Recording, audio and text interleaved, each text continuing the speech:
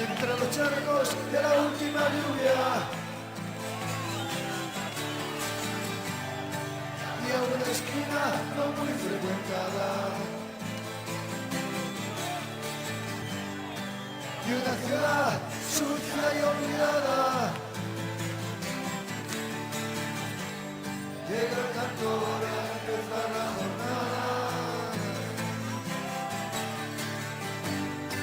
Y una funda hecha una ruina.